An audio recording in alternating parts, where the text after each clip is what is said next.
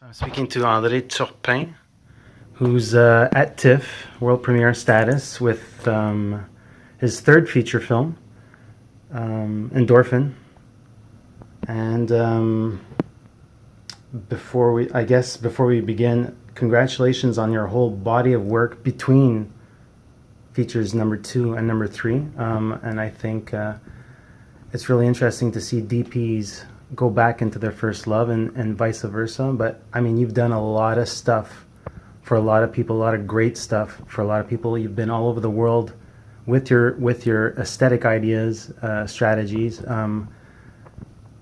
Why such a long wait between features? Were you just wrapped up and filmmakers said, I want you to keep on working with me, and there's a certain validation there?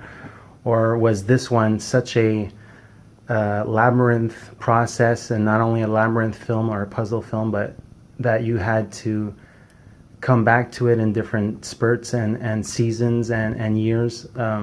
Talk about between Un crabe dans la tête and today, Endorphine. I do have a career as a cinematographer, but I don't do so many films. I do once a year maximum. You know, sometimes 2 films a year, but that's big maximum because I have children I want to take care of. But true, I do more commercials now as a cinematographer because since I have children. Yeah. But I really choose carefully the directors I work with, and that's why I'm lucky to be able to refuse a lot of projects until I really get the nice ones. But the real reason is that it was very long, at least 4 or 5 years for me to get a subject. I was passionate enough about, and then I'm just a slow writer. That's how it happens. I'm an extremely slow writer. Mm-hmm. I do it all wrong, and I keep on reinventing the script all the time. It discourages everybody, but it really evolves a lot. Like, I turn it around. This script has been all over the place with different characters, different type of stories. At one point, the third story was about the 60-year-old woman was about a terrorist story. Okay. So I'm really, I'm not the guy that starts by writing the scene to scene, and then just the outline, and then they have to make a final draft version special just for you. Yeah. That's right. and that's the way I edit also.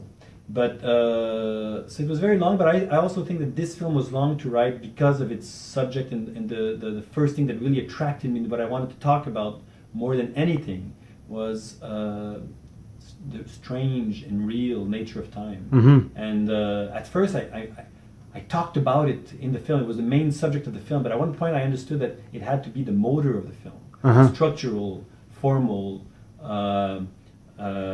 motor of the film.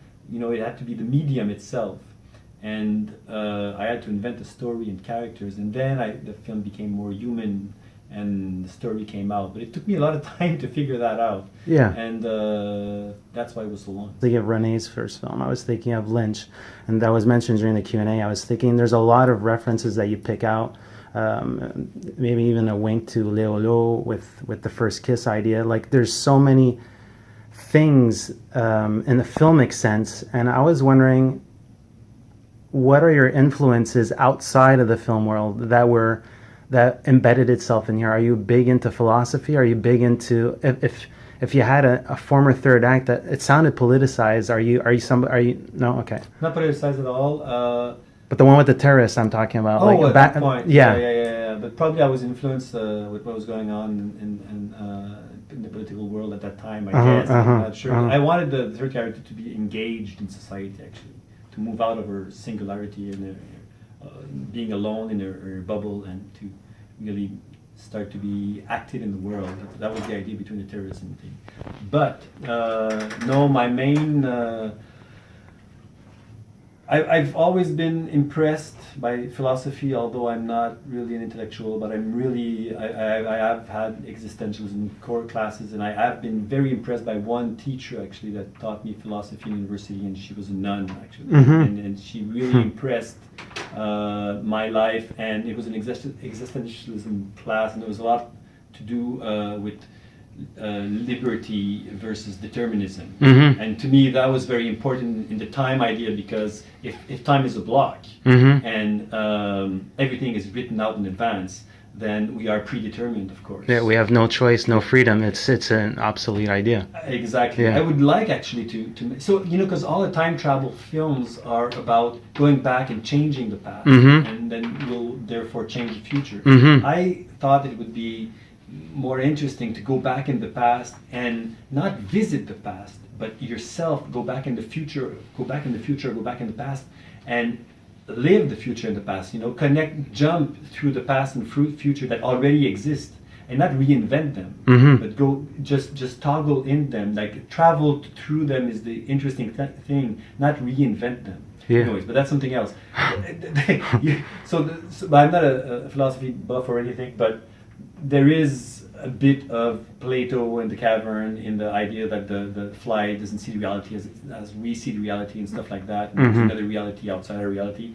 But my main passion for a long time has been physics and time in physics and relativity, especially in quantum mechanics also a bit, but not that much. But more about how time is not what we perceive, and time is not what we perceive. Our senses tell us one thing. We think it's continuous. We think, for example, that it is always moving the same at the same speed. Graphically, you do a really great presentation of that. It's really nicely embedded in there. Yeah, it doesn't feel like it was just plopped in. It felt very much part of the strain of the rest. I really like that moment. I'm happy that you say that, because it is when you think about it very different from the rest, But to me that was important. It shows a bit of different tricks that I do with time in the film. Exactly. I wanted to give this film really, it doesn't explain anything, so I did want to give some keys of certain type of explanations that could resolve. Not resolve, but to facilitate the viewer's understanding of. But I prefer not to say understanding. I prefer not to say that word, because I think that we need rules sometimes, especially when guides. Because you're bending them throughout. Talk about temporal and spatial ideas that you wanted to express, perhaps in the second character. Sure. Okay. No, I think I'll explain it for both characters. Okay. They have their set of rules, of time rules. Yes. Let's say. First character, it's all about the time of unconsciousness. I use unconsciousness as a time travel machine, let's say. So if you think about it, if you see it a second time, you'll sort of sort out what I'm doing. Because when you see it for the first time, you're just going, whoa, what's going on? Where is she? Where is she actually standing and thinking this thing or living this thing? Is she in the car when she fell asleep in the car? Is she when she just got choked in the school, or is she unconscious in the stairs? So, but when my idea is that if time is a block, as relativists think, space-time actually, if it's a block, then you can jump from past to future. You can toggle in that block like on a DVD, right? But we can't. Obviously, we're just going through it. My idea is that we can't consciously, but unconsciously, maybe we can move forward and back. We do with memory, right? We do. So I'm saying, if we plunge in the unconsciousness, maybe we do have access to the future, but not to the future itself, but to the unconsciousness of the future. So my idea is that she can jump from her dreams in the past and the future. With the unconsciousness, the 3 or 4 times she goes down, dreaming or unconscious, or the hypnosis. Yeah. Various dreams. Trance. Trance, dreams, and unconsciousness. She falls asleep in one spot and wakes up later on or in the back. And that's the way she time travels. That's the first part. That's the unconscious being the medium for time travel. And the second part is very different. It's more about psychological time, because she's obsessed with her guilt of her mother's death, and she didn't help her mother. And this guilt stays with her.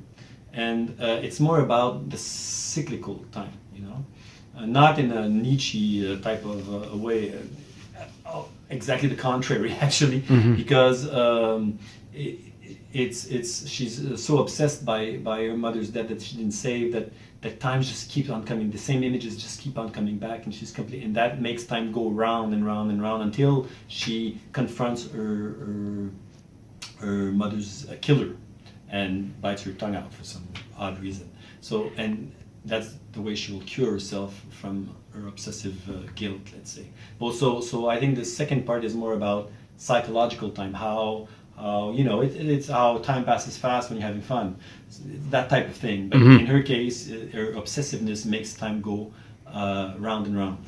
Now I'm thinking how this film might relate to you on maybe a subconscious level. Like, could it be that this is a response to anxieties that you might feel as because you're revisiting the same scene, different angles, different beats, different vantage points, and I'm thinking, well, that's the role of a DP in a way. You have to solve issues right there on the spot, and I'm thinking it's wow.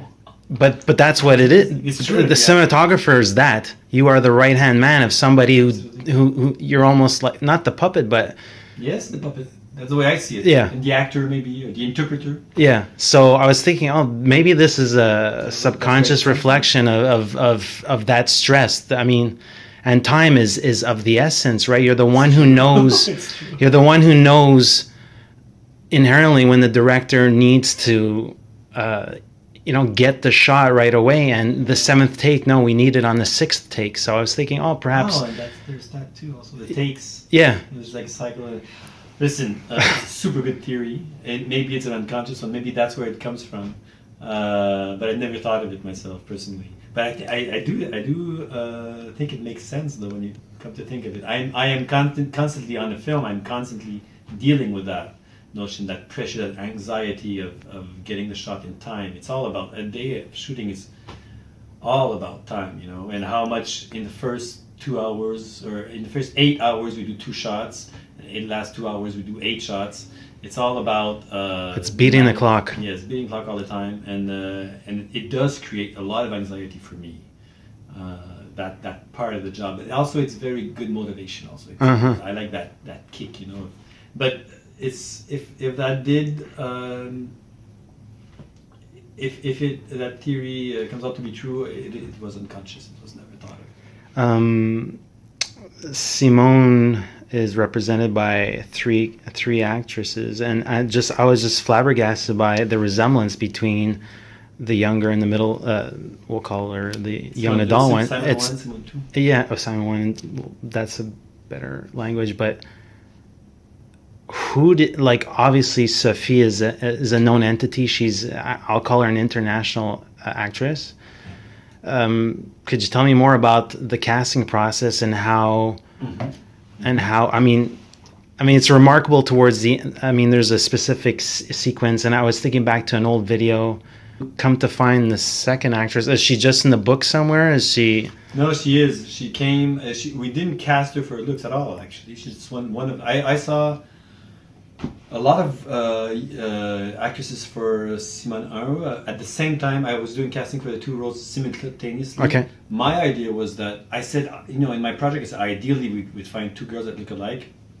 But the way I wrote it out in the script is red hair and freckles. that because that was easy for us to reproduce, And I said, we're going to just rely on that because obviously we won't find perfectly looking actresses because I prefer using the actresses for their talent, not for their looks. And the 2 number 1 actresses in both categories are just look amazingly the same. And if I'm completely sincere. This is I'm not joking you. I had for the 2 characters I had 2 choices actually, 2 matches, and they came back 3 times in casting. With the Simone 2, I saw them for like 4 or 5 hours. I did a little film with them. I shot several scenes, and I showed it to people at the office and everything, and we all agreed that girl is got to be Simone 2 and that girl's got to be Simone 1. But we didn't do that choice because they looked to get the same, and they did. This is pure truth. I was so lucky because they look so much alike. I'm familiar with Simone 1. I had never seen Simone 2, and it took me, and I like to think of myself as an astute cinephile that I see 500 films a year, and I'm like, it took me literally 3-4 minutes. I'm like, something's not right. Did they morph her face or something? So I was really taken aback by that. I know. And then I was thinking, is there any trickery involved? And it's like, no, it's maybe there's a little bit of lighting work, but I mean, maybe a bit of makeup. Our makeup artist is really like a top makeup artist, I believe, in the world. So she's a physiologist and a painter. So she made sure like that she would sculpt the faces in the same way, but the two girls are really alike. I believe I heard in the trades that you're working on another feature. Is that possible? Yeah, I am. But with Mona? No. Okay. No. I'm working on a feature. It's something completely different. I'm not writing it. I'm probably going to co-direct it. That's a good thing. Are you happy that you're not writing it? No, I don't want to write. I'm not writing it because somebody's going to go. But at the same time, it'll give me a chance to write. I'm for sure I'm going to write something else. Yeah. But I love this process. First time it happens to me that somebody's writing for me. And then I meet them and I feel like a producer, and I just give them all my ideas and bounce. I really like to bounce ideas off other people's script as a DP. That's one, or being on a brainstorm. The lookbook process, all that. All that. I really like to bounce things around. It's really part of the creative process for me. But I love writing. I'm not a formed writer, I did script writing things in university, but I mean, I'm not, it's not my trade, but I love to drink scotch and write in the winter and be obsessed by the writing all day, every day, all year long. I find it fascinating. Actually, that's the way I am with directing also. Mm-hmm. The whole year, I was completely obsessed by the film, day and night. I thought of it every day, every night. There's not one day I would not think of the film. Of a new idea, of a new thing, of a solution for the editing, of a whatever. It's fascinating to be directing, I think. Yeah. For me, it's the highest level of happiness I can find. It's really obsessive and always there, and so much fun. Really, I think it's a great job. This film had its world premiere at TIFF. Are you hoping to travel with the film? It's probably been accepted in other festivals. You don't have to mention them, but... No, but we just got it. It just came out publicly yesterday, actually. We're going to the official competition of CJ's Film Festival in Spain. Wow. It's fantastic. Wow. This festival is great. Yeah, it's perhaps the best genre festival, so this fits into... I think perfectly. I'm very excited to show it there and to feel the vibe of the public that specifically chooses to go to that festival, So I did find the crowds in the Q&A super interesting here because it was the Vanguard selection. I was a bit scared, but I know Toronto has a great cinephilic tradition, but this festival is so much about stars, and the big and the glit and the red carpet. So I was scared of the reaction, but I thought the Q&As were really interesting and people stayed. Yeah, I think those who venture into the program, they're actually doing their homework a little bit before everybody else. They're much more interested in maybe the ideas or...